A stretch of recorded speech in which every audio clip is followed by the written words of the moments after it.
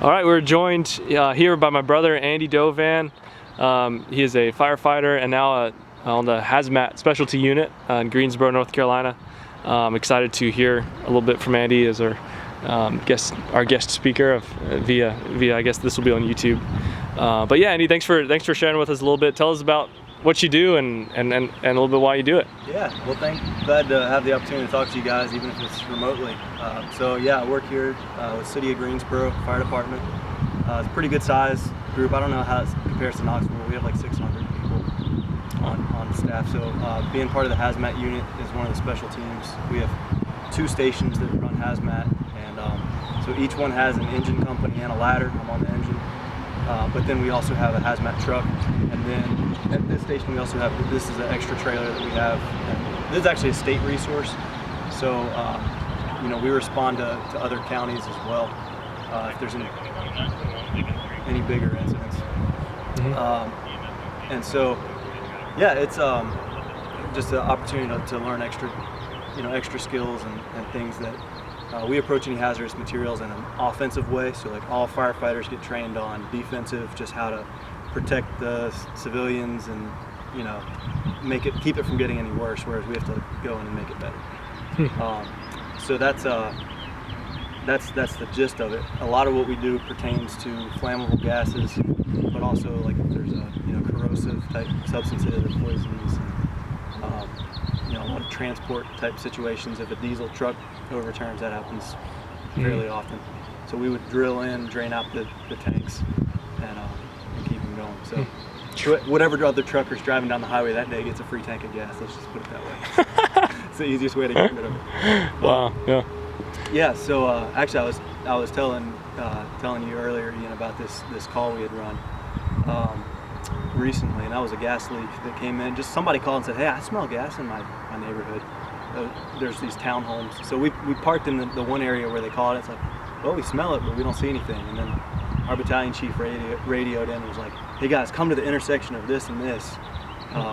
Turns out some landscaping guys were digging a drainage ditch behind the row of townhomes, and they hit. I mean, this thing was only like less than 2 feet underground. You could have been putting in a big bush and probably hit the thing, but it was like a major distribution line, like 2-inch line. It wasn't like the residential little feeder that goes to a meter. So it was, I mean, the dirt was just blowing up out of the hole. And those are real, if you ever break a line that's pressurized like that, I mean, it's loud. Like you wish you had earplugs, you can't hear anybody talk. So we went up in there, in full gear, looked at it. We basically dug out the hole by hand to expose the line. And then we had to wait for the gas company to come, because we can only clamp a line up to 1 inch thick. So they had to bring a special clamp, like a guillotine, closes down on it, but it's like on a 4-foot pole. And so they took like an hour to get there. So meanwhile, we had to evacuate the whole, like, couple blocks. We had to go door to door inside those units with our meters and measure the amount of gas that's in the air.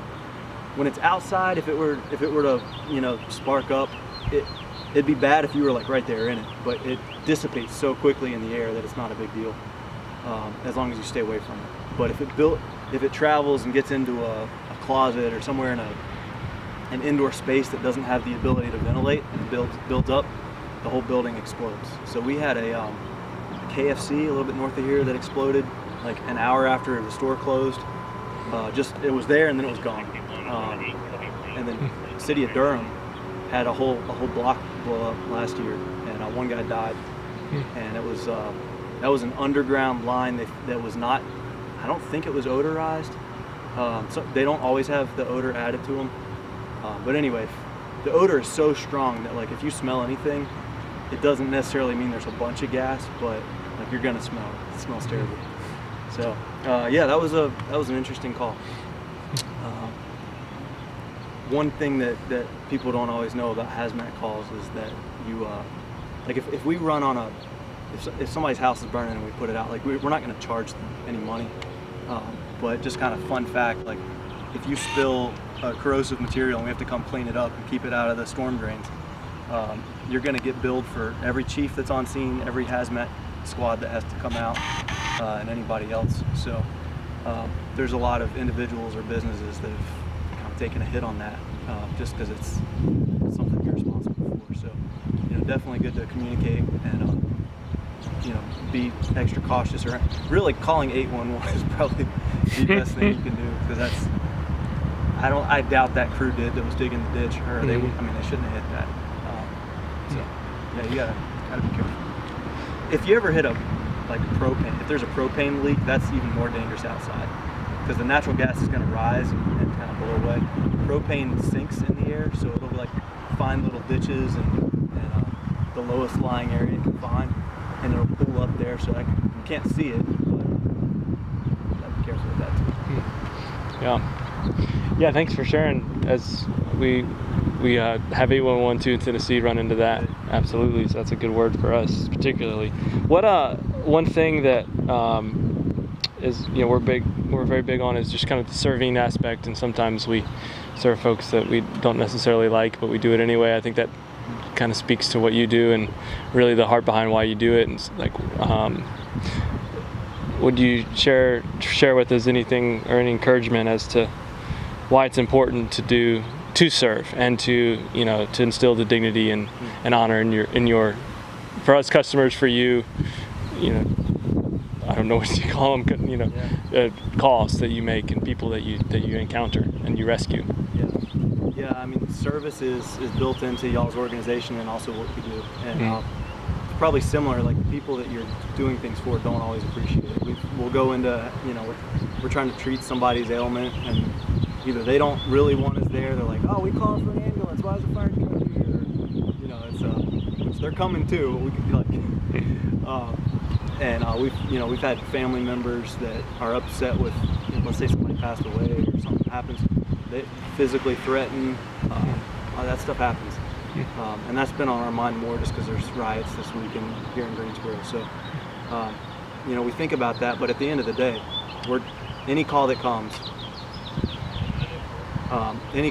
in for us, we're doing it. And a big part of, really, it's spoken and unspoken in the fire service is we have to uphold the reputation that the fire service has built by the people that came before us. And so that comes down to professionalism. So even if somebody is just rotten, we do what we have to do, but we just stay as professional as we can. The chatter, as we ride back on the truck to the station, hopefully nobody's got it mic'd up or, anything public. We'll tell each other what we really think, but you got to be professional and just to remember that, you don't know what that person was going through when they interacted with you. If they called 911, they're probably having a bad day to begin with. So you got to give them some grace and just realize that we're doing our job no matter what. So, and that's probably true for any other profession. It's just we deal with it a lot. Absolutely. Yeah, well, great, man. I appreciate your time. Thank you for your service. I guess you're you could say we're definitely the first business partner, and probably the guy who taught me how to cut grass as a 10-year-old when you were 12. So, yeah, man, good times, and thanks for sharing with us. Yeah, man, absolutely.